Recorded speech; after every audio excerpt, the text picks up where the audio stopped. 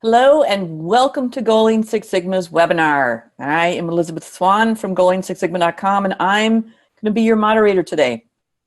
Our presenter is Tracy O'Rourke. She's the Chief Innovation Officer here at goaling6sigma.com. She's co-author of the Problem Solvers Toolkit. She's an instructor for UC San Diego's online Green Belt course. She's been a Lean Six Sigma consultant, a master black belt, a coach, and a trainer for over 25 years. Welcome, Tracy. Thank you, Elizabeth. Just a few housekeeping notes before we begin. At the end of the presentation, we'll have a question and answer session. However, you can ask questions anytime by entering them into the chat area.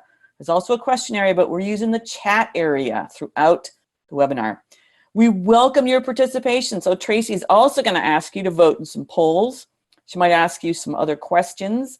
And if we don't get to all of your questions during the webinar, we're going to answer them and post them in our goaling6sigma.com LinkedIn group. So you can see them there, and we'll give you more information about that. These webinars and slides are available for free for introductory level webinars like this one, and then they're exclusive for Go-Getter members for intermediate, advanced, and leadership webinars. And we'll tell you more about Go-Getter membership later on too. So please join us in our first activity by sharing where you're from. If you haven't already, type in the chat section where you're joining us from today. And let's see who we've got, because I see a bunch are in here. We've got Tobin from Clarksville, Tennessee. Welcome. Jillian from Atlanta. Jeff in Kansas City. Ikemifuna from Edmonton, Canada. Welcome, welcome. Let's see. We've got some folks near Chicago. We've got Tony. We've got Michael in Long Island. John in Fort Worth. Hartford, Connecticut, that's nearer to me. We've got Bettina from the Ivory Coast. Welcome, Bettina. We've got Eduardo from Costa Rica. Welcome, Eduardo. So we've got and Catalina from Colombia and Nick from Texas. So we've got a nice spread here. Thanks so much. I know your time's valuable, so I'm going to pass it right over to you now, Tracy. Thank you, Elizabeth, for that warm introduction. I'm happy to be here with all of you from all over the world. Thanks for joining. So Elizabeth and I have been with goaling6sigma.com since its inception. We founded Goaling Six Sigma with a clear purpose to revolutionize the way people learn process improvement, making it easy for everyone everywhere to build their problem-solving muscles. We've got 3 core values: trailblazing spirit, which is, as lifelong learners, we are never complacent with the status quo. We want to maintain a constant state of awesomeness. We also cultivate community. That's you, our learner community. We're always looking to involve learners. We have forums. We have free things on our website so that anyone, anywhere can look at some of that stuff and continue to learn. We also have a servant's heart. We are here to be of service to you. And one way we do that is with these free webinars. So now let's talk about our learning objectives for today. So once you've gone through this webinar together, you'll be an ace at belt levels. You can tell all your colleagues where karate fits into Lean Six Sigma and why it's stuck. You'll be able to differentiate a white belt from a black belt and where champions fit in the mix. You'll be able to help others who want to get on their belt level or belt learning path and what that means in terms of training. And you'll have a clear sense of how to stay engaged after certification. So let's look at our agenda. We'll cover the karate analogy, the 5 belt levels, champions, deploying a belt program, and what you can do to stay engaged post-certification. So first, let's head to our local dojo to check out some of our karate moves. Actually, no, we're not doing that. That would be fun though, wouldn't it? We are going to be talking about the analogy of karate. These kinds of belts, people don't actually walk around in robes and belts as they would at your neighborhood dojo, but like karate, the different belt levels, the belt colors indicate different skill levels. When I first got my first card when I was at GE, it said black belt, and it felt a little odd at first, but I got used to it. So every level has a corresponding implication for a person's job description, which is helpful when determining what skill levels exist and what's needed in an organization. The concept with Lean Six Sigma is that you have the skill so that you can karate chop waste and inefficiency. And the more knowledge you have, the better you are at applying these skills. That's really the key, is not just having the knowledge, but being able to do with the knowledge. But it's not necessary to say, hi-ya, when you karate chop that waste into oblivion. But you could if you wanted to. We have had some belts do that. They've actually taken their green belt certification picture while they're karate kicking the air. I actually had one person fall once, but they didn't hurt themselves, so that was good. So here is a summary of the Lean Six Sigma belts. We're going to be covering these in the webinar. I wanted to show you these. This is the typical order of the belts, the belt colors. The introductory level starts on the left with white and yellow belt, with the master black belt as the highest level of mastery. We're including the champion here too. They're not a belt per se, but it is a certification like the other belts. So it's really a combination of belts and certifications. And this is an important role to cover as well and deserves some attention. So why would you want a belt? Let's talk about that.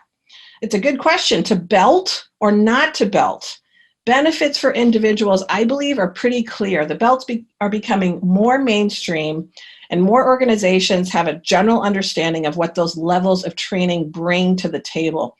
In addition, more and more job postings express a desire for this knowledge or say belt training and certification is preferred. So having a certification can definitely up your game in the job market.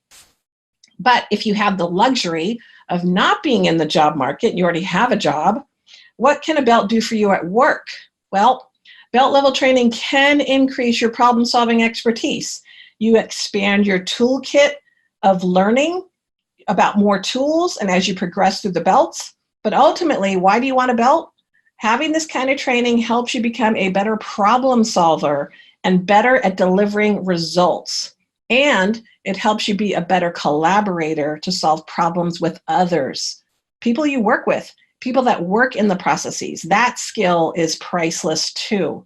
And all of this means that you'll probably enjoy your workplace environment a little bit more because you have an efficient workplace. People tend to be happier too because they're not frustrated with, well, they should be frustrated with the process, but sometimes they get frustrated with each other. Those are some of the individual benefits, but what about benefits for an organization? Why should organizations embrace a belt program? So having a clear path for employees can definitely be a benefit. Employees could view the belt program as one way that the organization is making an investment in them. Since employees are an organization's most valuable asset, building armies of problem solvers can definitely benefit an organization in many ways, from strategic goals to responding to market changes and demands, and to handling emergencies even, or crises. So a belt program can help. It standardizes what people are aware of when you go through the various belts. It helps you to know which tools they've been exposed to, and it helps you to know an employee's relative capability compared to the belt. And so ideally, you've incorporated some requirement, hopefully, to show that they've applied the concepts at every belt level, namely a project requirement, which means that the training isn't being wasted. People are applying it, and you're seeing some of the results. So these are really important from an organizational perspective. Some organizations and even some people don't like the belts, and we'll talk about that a little bit later, but I really do like the belts because it does create a lot of clarity on what the path is for individuals as well as organizations. So now that we've covered belts benefits for both individual and organizations, let's take a look at what the differing belt level means in the world of Lean Six Sigma, starting with the white belt. So the title of the white belt indicates that a person has a high-level understanding of Lean Six Sigma concepts. The purpose of the white belt is general awareness of the method and approach with process improvement, and it's an introduction to the language and basic vocabulary. So I know that one of the things organizations talk about a lot is providing a common language for individuals to communicate when it comes to problem solving. So if you know the 8 wastes, you know the different steps for problem solving, whether it's plan, do, check, act, PDCA, or define, measure, analyze, improve, and control, DMAIC, you're at least familiar and you've heard of some of these concepts before. Also, you learn about really simple concepts like what's the difference between a problem, a root cause, and a solution, because people tend to talk in solution all the time. They might say, the problem is we need to hire more people. That's really a solution, not a problem. So common language can really help people communicate better when you have that. So obtaining that white belt through training and certification can take as little as an hour. It's a great place to start on the Lean Six Sigma journey. Well, what can you do with a white belt? Because like we said, it's about an hour of training. So what can you really do with that? So really, it's surprising what you can do with very little training. The primary activity a white belt can do is to really start to train their eyes to see waste. And so there's an introduction to the 8 wastes. These are the 8 wastes, and we won't go into these in detail on this particular webinar, but it's really getting familiar with these 8 wastes and starting to see and identify waste anywhere you go. It could be in the workplace, it could be when you go to lunch, it could be at home. There could be lots of things that you could do to start identifying waste. I just wrote a blog, it's going to be released soon. It's called The Curse of Lean Six Sigma. You'll never see the same way again. And it's really talking about how when you start to train your eyes to see waste, then you start to see it more and more and more, and you can't unknow it anymore. You have to turn it off. You can't turn it off. And so in the blog, I talk about how I'm cursed with Lean Six Sigma eyes myself. And I have 2 boys, and they actually like to go to Subway, the sandwich shop franchise. And unfortunately, if we're in a rush, well, what mom isn't in a rush? I'm not as keen on going to Subway because, quite frankly, there's variation in their delivery lead times. And on a few occasions, I found myself waiting longer than I wanted. And I started to consider, what is it about Subway's process that is adding variation and wait time? And so because I had a little time to analyze the process, I did. And so again, it talks about in the blog, what are some of the discoveries that I had. But ultimately, I found myself waiting, and I found myself identifying, why am I waiting? And I started to analyze the process and started to see the waste, what was contributing to the waste of waiting. You know, and unfortunately, sometimes I verbalize these things to my sons, so they think I'm in restaurant efficiency of some kind. So once you train your eyes to see waste, you will see it everywhere. And that's really the goal is, you know, if people can't see the waste, if they don't see the waste, they don't really have a desire to do something about it. They just accept the status quo and they don't feel compelled to do anything about the waste. So getting people to see waste is a big deal. And that's really what you're doing in a white belt. You may not have the skills to know what to do with the waste, but you can help identify the waste to others, and maybe there will be a project from a yellow belt or a green belt related to that waste. So let's move to the yellow belt. So the yellow belt, this is a person that has a basic understanding of Lean Six Sigma concepts, a little bit more knowledge than the white belt. And they can help identify opportunities and also participate in applying ways to reduce the waste or even making improvements to a process. They do often work with green belts or black belts, which are higher levels of belt, and they do provide project leadership. The black belts and the green belts provide project leadership and training on additional tools and concepts when it makes sense. But yellow belts can participate as a team member for a green belt project or a black belt project. So they might be participating and pulled in as needed. So obtaining a yellow belt through training and certification can take about 8 hours, and it really does provide a great foundation to the Lean Six Sigma journey. And so I'm really amazed at what some people can do with only 8 hours of training. So let's talk about what you can do with a yellow belt. In white belt, you learn to train your eyes to see waste. In the yellow belt, you learn enough to be dangerous, and you can address some of the low-hanging fruit with waste. I would say that you're really learning how to mine for waste. You could go on a waste walk, finding that root cause for the waste and implementing a countermeasure to address the waste. There's lots of good examples. I'm really impressed often with how much waste can be reduced by getting simple amounts of training. We've had a lot of people go through yellow belts, and sometimes that waste is a little hard to get rid of. So sometimes it bounces back out of the trash can. So you have to maybe figure out a better way to reduce some of that waste. But there are some great examples of yellow belt projects. And again, often yellow belt level projects, you're staying in your area. It's within your own job scope. So the turn time really should be fairly quick with a yellow belt project. 6 to 8 weeks is tops. And I know that a lot of people are surprised at that, to say, how am I going to improve something in 6 to 8 weeks? Once you really understand that you've got 6 to 8 weeks to complete something, we often find people get very, very good at scoping the project so that it is actually something they can achieve in 6 to 8 weeks. I'm really impressed with how, once they set that time frame, that they can really meet it. I find that often with projects, they tend to take a lot longer to complete a project. But if you really become disciplined in saying 8 weeks, you will find something within your scope, within your job scope, that is wasteful, that you have the ability to control. And really the point of this is, we're not trying to be hard on people. The point is the short cycle. The purpose is the short cycle. Pick a waste or a root cause that is within your control and iterate the process improvement cycle many times. Repeating the improvement cycle helps you gain a better understanding of the improvement process and helps you get better and faster at applying it. So the goal really is not to just do a yellow belt project for certification. As a matter of fact, there is no requirement for yellow belt projects typically.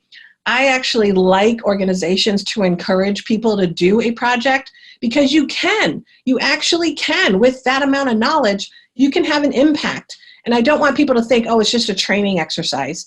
And I know organizations don't like that either. They don't want to train people on yellow belt and then not have anything happen. There's a lot that can happen with yellow belt. You can go on a waste walk, you can reduce motion, you can reduce transportation, and they can have significant impacts on the process. And you know what I really like about it is, keep doing them. Because like I said, you're building your problem-solving muscles by applying this cycle of continuous improvement. I don't want somebody to do a yellow belt project and then it takes them a year to complete it, or 6 months, because that's too long to do this, the cycle of the continuous improvement. So I like to keep that in mind. I like to say, keep it simple, focus on a waste for a yellow belt, identify ways that you can control that can reduce that motion, or can reduce that transportation, or can reduce that weighting, as an example. So those are really great guidelines for being successful with a yellow belt project. We've got some examples on our website. So let's talk about the green belt now. The yellow belt and the green belt are the most popular belt levels. And what I mean by that is we probably have more yellow belts and green belts in organizations than even white belts or black belts. And like white belt, there is no prerequisite for these belt levels either. So green belts receive more in-depth training than yellow belts and typically can lead or participate as a member of a process improvement team. They might dedicate 20% of their time to improvement projects while still performing their normal job duties. So green belts have a strong tactical understanding of the most common Lean Six Sigma tools. And they also can deploy simple, high-impact solutions with regularity. So again, it's this cycle, applying it not just once to get certification, but you want to build those muscles. You want to apply it many times in the year. You don't want to just go, okay, I did my project and that's it, just one time. Green belts are often a really great source of increased productivity, and their projects typically generate soft and hard dollar savings for an organization. So green belt training and certification can take about 32 hours, and it's a great way to deepen and expand your Lean Six Sigma journey. This is one of my favorite belts, quite frankly, because I spent a lot of time mentoring green belts, and I really see the impact of green belts and what people can do. I've seen people do very simple projects, which are fine, and those make it better for their department or their customer. And then I've seen green belt projects that have saved $4 to $6 million, which is crazy, and very simple things sometimes. So, and I just love it when that happens, when they really get some good results. And green belt training to me is enough that they can lead a project. So yellow belt is great because it's smaller scope projects. But green belt, you're really starting to now expand your wings, and you can really lead the project. You have enough knowledge to lead the project and get some really good results. So what could you do with a green belt? So most green belt projects do something around the two primary process pain measures, right? So when you think about green belts, we usually pick a process, and we usually pick a problem with that process. So what are process problems? Usually they come out as a symptom, reducing lead time. Something is taking too long, and something is coming out wrong. So that is reducing lead time or reducing defects, whatever that defect looks like. So I think what's interesting with green belt projects is sometimes you have very creative ways to define a defect. I'll just say that one of my favorite projects, defect reduction projects, was helping Safari Park, which is a component of the San Diego Zoo. And they were having problems with their zip line process. And at first they said it takes too long. It takes too long for us to, get people on the zip line.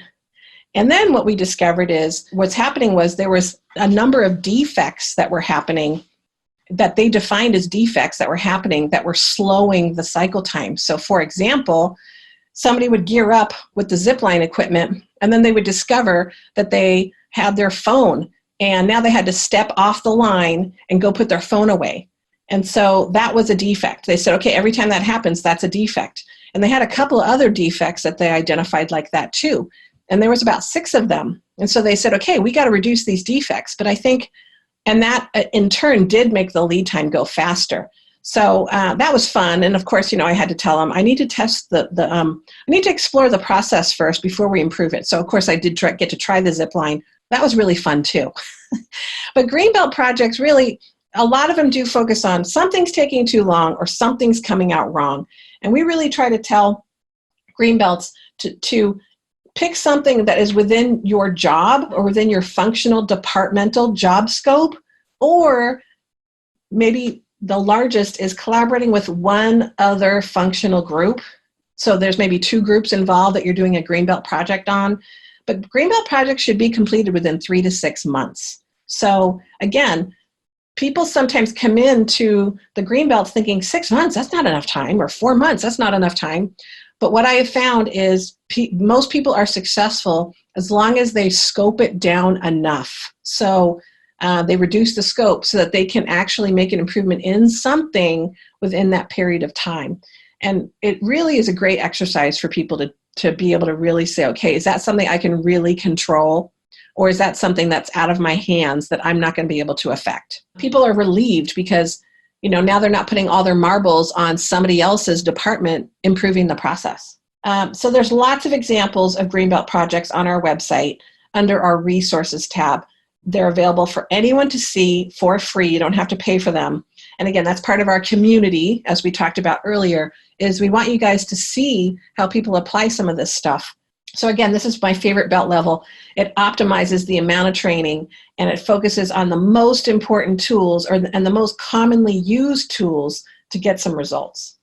So let's now talk about black belt. So unlike yellow and green and white, black belts, you do usually need a prerequisite. You typically need a green belt to get into black belt. And unlike the other belts, it typically is a full-time position in Lean Six Sigma organizations or organizations that are implementing Lean Six Sigma. And I think it's really important to note that what we are seeing is sometimes we have people that are black belts, but they are not full-time. And what we're finding is sometimes that does not work, because black belts should be helping others be successful. And if they already have a full-time job, how are they going to really make an impact with helping others apply this stuff? So typically black belts are trained to lead larger cross-functional projects if they're full-time. And again, their primary responsibility is to coach green belts and yellow belts towards project completion. So black belts provide mentoring and support for green belts who hopefully are also mentoring yellow belts. Green belts can do that. And who are leading, they could be leading their own teams, and they provide advanced expertise, the black belts do, on more complex processes and projects. So the black belt training and certification can involve 48 hours of training. It does include advanced statistics along with soft skills like coaching, facilitation, and influence skills, because those are also very important. Our black belt training comes with one-on-one project coaching from a master black belt to help learners through their projects too. So having that dialogue could be really helpful. And it does build on the foundation of green belt training with a focus on becoming a process improvement influencer. So, you have a lot of skill and application, but again, mentoring others and building that scalability, coaches and people that can coach others is a really important part of that. So ultimately, these are some of the things that would incorporate a black belt project. It can be really helpful for larger cross-functional projects or tougher process problems that organizations haven't resolved, to have a lead as a black belt on there. Black belts tend to have a larger positive impact on the organization. And again, like I said, the best utilization for a black belt is to grow problem solvers. So again, that scalability is really important, and it has to be built into the program. So I think sometimes the miss is that some people treat a black belt the same way as all the other certifications, which is, okay, you go to training, you get your project, you do your project, and you're done. And now you don't do anything to strengthen the organization or to build problem solvers. To me, that's a huge miss in terms of how an organization is deploying black belts. So if the program is really solid, green belts are expected to mentor yellow belts, and black belts are mentoring green belts, and green belts can absolutely give advice to yellow belts on their charter or help with other yellow belt level tools. So ultimately, black belts really do require a mix of two characteristics that are hard to find. Somebody that has a knowledge of statistics and statistical applications, but also has really strong facilitation skills or soft skills, with influencing others and meeting with stakeholders and those kinds of things. So that is your black belt. So now let's move into the master black belt. So master black belts often referred to as a sensei. So the master black belt role is often full-time as well.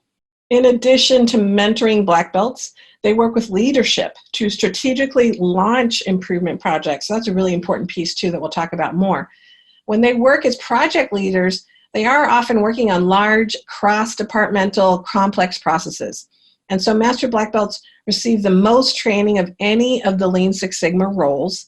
And again, they typically will mentor teams of black belts. So when you have a master black belt on site full-time, that typically does mean that the organization is fairly mature in their journey, because they've got a number of black belts that need guidance. And so having that master black belt is not necessarily something that people have right away, but definitely as they mature and they have a lot of black belts that need some direction.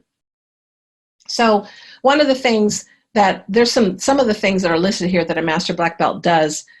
They mentor black belts, they mentor leaders, they make sure that there's alignment to the organizational strategy, crafting a vision and a mission for the Lean Six Sigma effort. So that's also really important. And often that's done with a champion. And so, people want to know, why are we doing Lean Six Sigma? And so crafting that vision and that mission is really important for the program as well, or for the initiative. And if you don't do that, people get scared. They don't know why. Why are we doing Lean Six Sigma? Are we in trouble? Are we, is there something wrong? And if you don't fill it in, they're going to fill it in themselves. So that's a really important part. And also master black belts tend to design the internal certification of a company. So if a company does have some sort of Lean Six Sigma program, it's usually the master black belt that is really designing the program. typically, or hopefully, they're assessing the organization's needs and designing a program that really will work within the organization. So this is really specific to belts. And these are some of the questions that a master black belt might be trying to answer as a part of the design. So how are we going to build these problem solvers? What about coaches? How does that fit in? Which is, I often see that there's no program for building coaches. It's just training problem solvers, but I often see a gap in organizations where they're not trying to build scalability with these problem solvers. There's no way to build coaches, or there's nothing embedded in the program. So that's a really big miss, but a very important part of scalability and sustainability. What belts are going to require projects? So this is also something that I sometimes see a little bit of disappointment, is sometimes people don't require projects. And where are you going to, if you're training all these people, how are you showing results and demonstrating results? Getting them the practice and saying this is going to help you learn more, I think is a really critical piece. And there are some organizations, they don't really even require a project until black belt. And if there isn't some results coming out of the training, then, that's a risk for that program, because people want to see results. Often the reason why we're training people is for results, getting results for an organization. So I think it's really important to embed that as part of the program. And then another piece of that is, the other thing people do is they say, okay, well, you do have to do a project to get certified, but then there's no requirement after certification. Why? Why don't organizations say, as the expectation of a green belt is to go through training and do your green belt project, and every year after that you should be doing 2 projects. If you only require a project during certification, people are sort of like one and done, and you don't want that. That's not a return on investment for an organization, and that's not good for the individual either, because they're going to forget their tools. Painfully, I've heard people say that in my classes. They say, oh yeah, I went through green belt training a number of years ago, but I never used it, so I'm back. Oh, that hurts. I mean, I'm glad they're back, but that means that they didn't get to leverage those skills. When I was at GE, and the deployment of this is really important too. These are all things that a master black belt would be doing in terms of program design, is really deciding on some of these questions. And additional questions might be, how do we measure success? How do we actually know the program's working? What are we trying to accomplish? And what constitutes certification? Is it just training, an exam, and a project? Or is it additional things beyond that? So there's a lot of work for a master black belt, a lot of important work that is around the scalability and the sustainability of the program. So now let's talk a little bit about the champion. So the word champion has been used interchangeably with sponsor. And champions have a general understanding of Lean Six Sigma, but their role is primarily to help select, support, and promote specific projects to completion. So they hold leadership positions within the organization. Typically, it could be reporting directly to the number 1 person or the president of the company. They're typically capable of removing barriers and obtaining resources as needed for the program or for just project teams. There are champions that are often asked to support a specific project too. So you could have a champion for the entire initiative at your organization that is in the C-suite, or you can also have champions for each project. And they could be responsible for supporting a specific project or a suite of projects, because they have what you might call skin in the game. So they care about the outcome, and a champion really is essential to smoothing the way to a culture of process improvement. So let's talk about one of the most important roles of a champion related to belts. So one of the challenges I think I hear from some people that are going through belt level training is they're not getting a lot of direction on choosing projects. So they feel like, okay, I'm going through this green belt, but I don't really know what I'm supposed to be working on. So I think that, a manager of a green belt should really be helping with that. But I think a champion, really someone who's responsible for the entire initiative, it's really important to connect the dots for employees by linking the organization's strategic goals to project work. So if you're a green belt or a black belt, and if you've had some clear direction around picking projects within these areas, within an area that's a strategic goal, you can create some amazing clarity and alignment in selecting projects. And if you do this well, employees understand the big picture of why Lean Six Sigma is so important and concretely recognize that it helps achieve the goals of the organization. So that's really important. These are real goals from LA County. This is the Register Recorder County Clerk. So look at these goals. You can see that they're fairly broad, but that's really ideal at this high level. So every division or department at the Register Recorder County Clerk can make connections on how they can contribute to them. If you look at these goals, customer service, operational enhancement, fiscal responsibility, and staff development. How many of these goals could be supported by Lean Six Sigma? All of them. If you do a project that's going to improve customer service, you're aligning to strategic goals. If you do a project that is going to help with operational enhancement, that is going to be helping with our goals. So then you look at processes that might have some problems within these areas, and then you have a project. So making that connection, I think, is really important and is not always very clear. It's not always clear who's supposed to be doing it. The champion, the one that's overseeing Lean Six Sigma, hopefully you have one, is the one that is typically at least giving people guidelines for where to look for projects. So I also find that once the light bulb turns on with people that Lean Six Sigma is a vehicle to help them achieve strategic goals, there's a feeling of pull now for the Lean Six Sigma effort.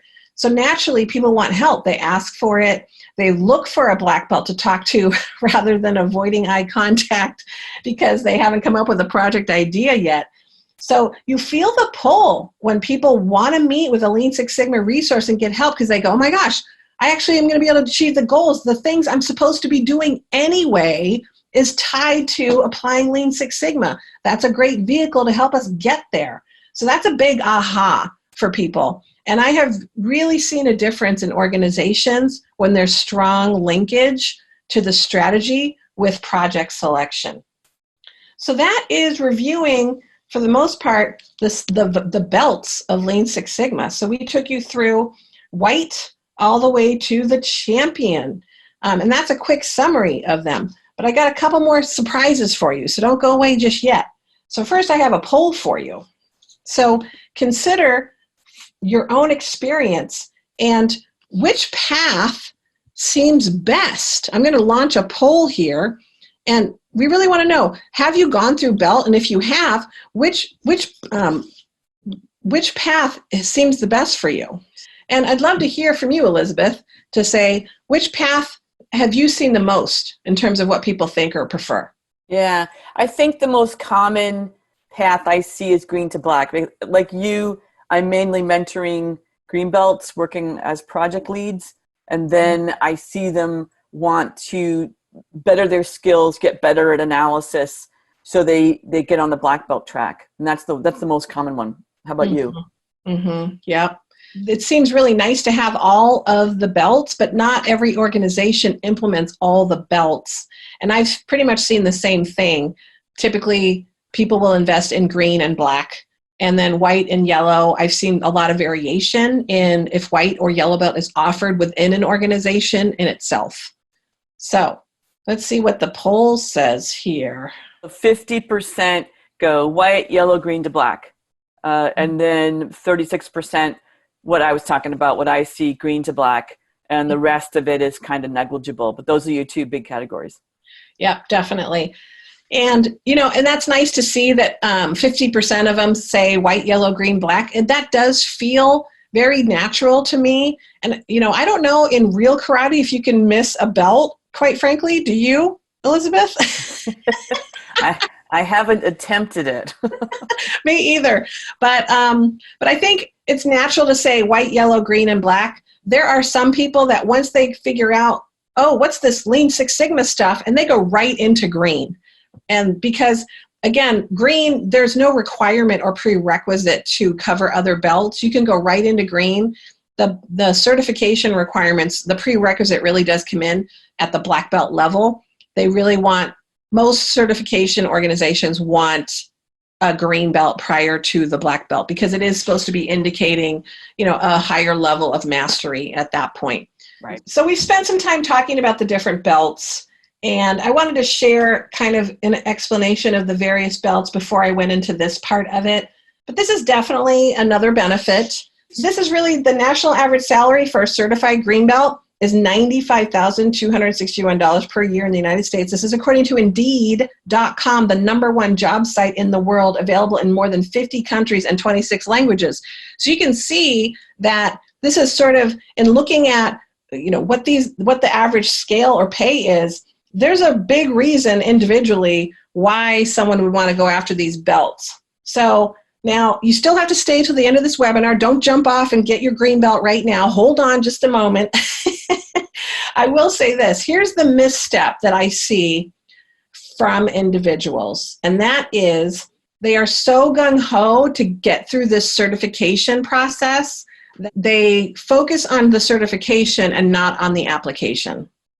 So they go through yellow belt, green belt, black belt, and they don't actually apply and build their problem-solving muscles. They're not strengthening their muscles by application. They're just going through training and taking the exams and maybe doing 1 or 2 projects here and there, and not really looking to build it. So the challenge for individuals is not to feel like you're just getting a certification. This is a journey, and a certification, in our opinion, is just a pit stop. And really making sure you're building your problem-solving muscles, not just going after certification. I'll be frank with you and say, too, that if you get a black belt and you go on a job interview, the first thing the employer is going to ask you is, what have you done with it?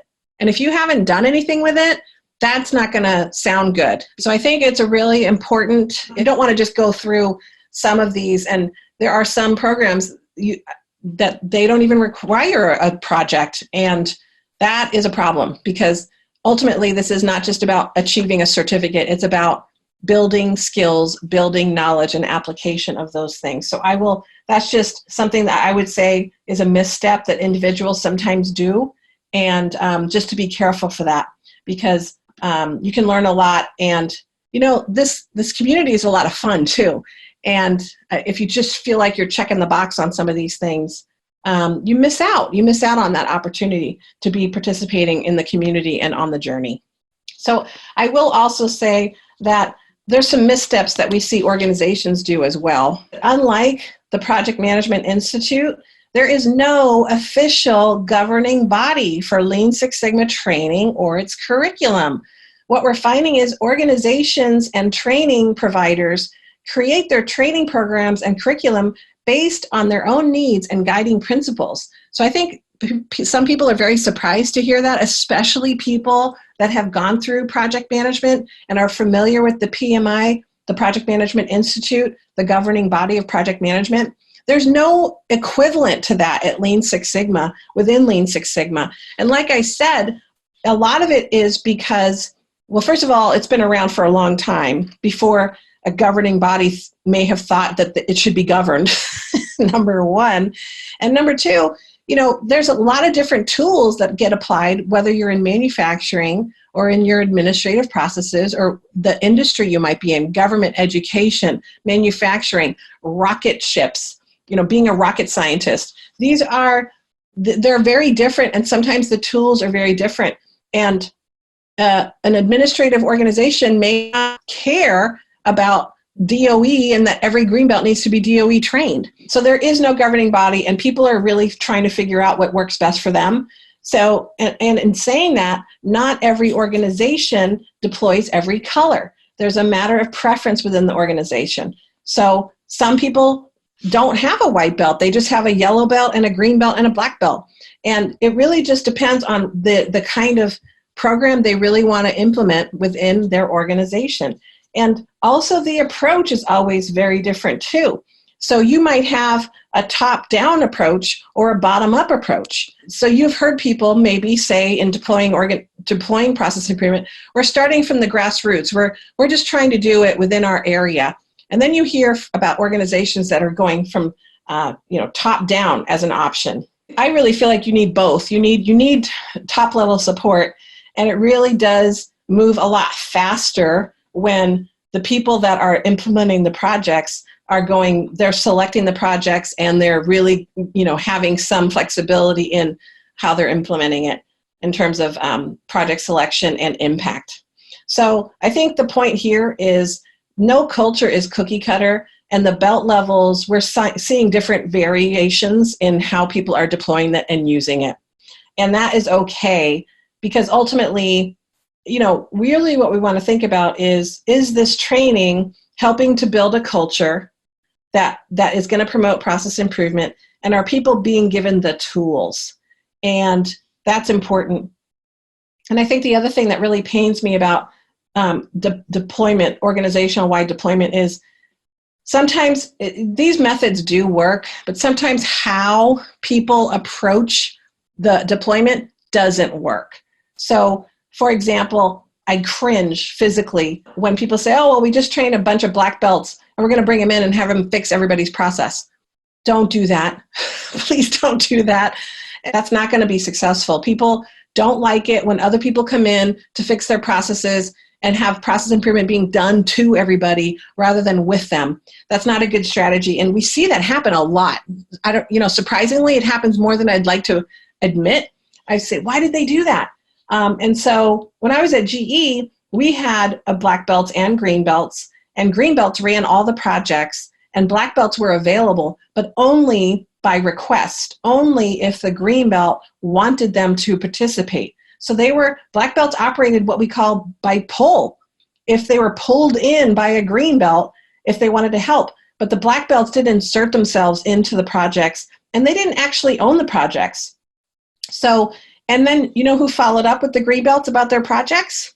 Their managers, their direct managers, not black belts. So their managers, when I was a green belt at GE, my boss asked me about my green belt project every time I met with him. How's it going? Where are you at? And he was very well versed in process improvement as well. And so he knew what it meant when I said, I'm in the measure phase, or I'm in the define phase, or I'm in the improve phase. So I think the other mistake is people have black belts, and then they're supposed to be babysitting, the projects. And that's not a good place for black belts either. You're not really leveraging them in the way that they need to be leveraged. So we've seen a lot of missteps in terms of deploying Lean Six Sigma programs organization-wide. And that is a big one around the roles of the belts. So really important to think about how we're deploying it and if it's going to be really working for your organization in that way. And if you want more guidance launching a training rollout program, we do have a resource for you. We do have a Lean Six Sigma training rollout kit. It's everything you need to successfully launch process improvement training in your organization. So it really helps in terms of organization. So now that you've gone through the belts, you understand what the belts are. Let's talk about what your experience has been with organizational belt deployment. Were all the belts available? Only a few belts? It wasn't belts at all, because sometimes people don't do the belt training. Or was there no available training at all? I'm going to launch the poll. So go ahead and let's go through the poll launch. So what have you seen, Elizabeth? That's a great question, because I was just looking at Amazon, and they don't call it Lean Six Sigma. They call it an ACES program, which stands for Amazon Customer Excellence System. And you've probably seen that too. It might be called Operational Excellence. They might call black belts Business Analysts. So there might not be belts, but there's still, it's still a process improvement program trying to educate people. Even Amazon, if you look at their requirements for the ACES program manager, the preferred background is a certification as a Lean Six Sigma black belt. So that's what I see. I see a lot of times people use different names. They're still trying to get at the different levels of training. They just don't call it anything to do with the belt levels. Have you seen that? Yes. And sometimes it's more like silver, gold, and bronze, or intermediate and advanced. I've seen that a lot too. So good. Let me go ahead and end the poll and let's see what our results are. Unfortunately, almost half the group said there's no available training. Oh, So no. that's a big drag. 25% said that they weren't called belts, or that wasn't belt training, but it was available. Close to 20%, only a few belt levels were available. And the tiniest amount, less 11%, had all belts available. So there's a hunger for training out there. Very nice. Thank you for sharing. I'm really sad. No available training at all. Maybe that will change in the future. We actually have a book. It's called The Problem Solver's Toolkit, a surprisingly simple guide to your Lean Six Sigma journey. We actually talk about this in our book too, that certification should not be the destination. Certification is a pit stop. And ultimately, you want to continue the journey. You want to continue to build your problem-solving muscles. You know, maybe your employer doesn't require projects, but that's not going to be good for you either. And if you move to another organization and you went through Greenbelt training and now you don't remember any of it, that doesn't help you. It doesn't help anyone. So, and it's just a waste. It's just waste. It's the waste of underutilized talent, right? So ultimately, you want to continue the journey, get involved, be a part of the community.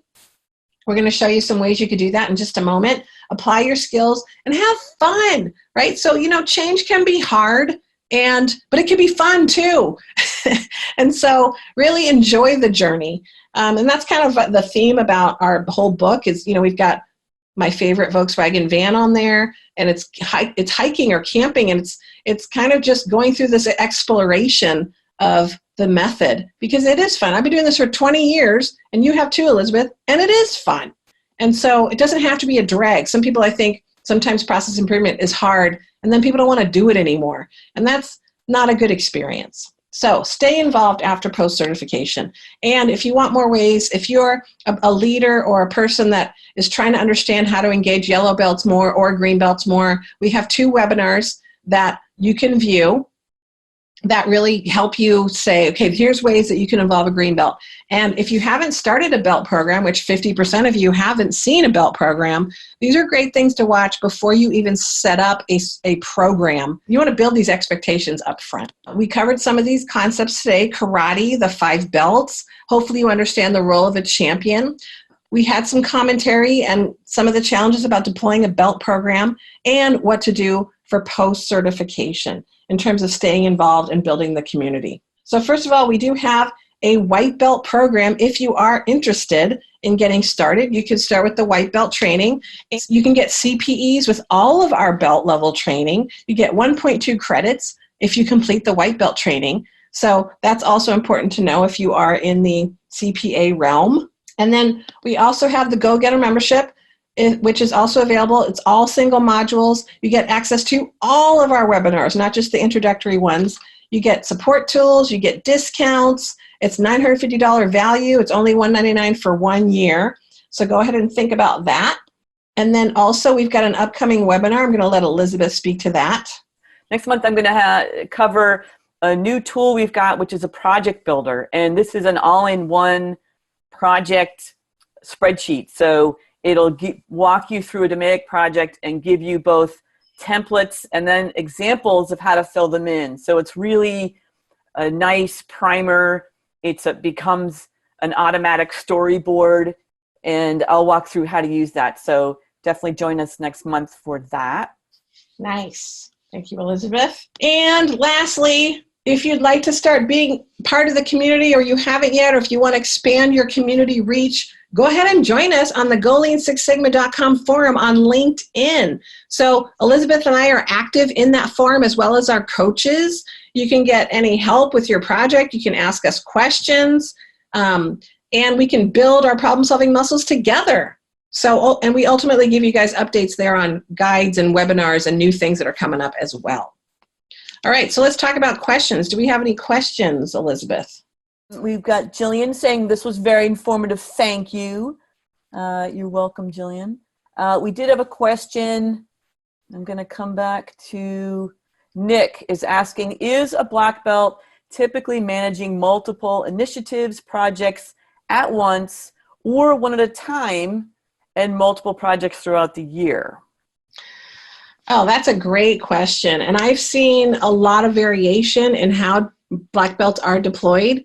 If they're a full-time role, obviously they're doing a lot more, and they are sometimes managing cross-functional projects, but early on. But I find that as organizations mature, they start to realize that they need their black belts to grow problem solvers, and they need them to help build coaches and build mentors, because it's not scalable or sustainable otherwise. So there's a lot of variation. I would say, in short, all of the above. Yes, we've seen people do all of those.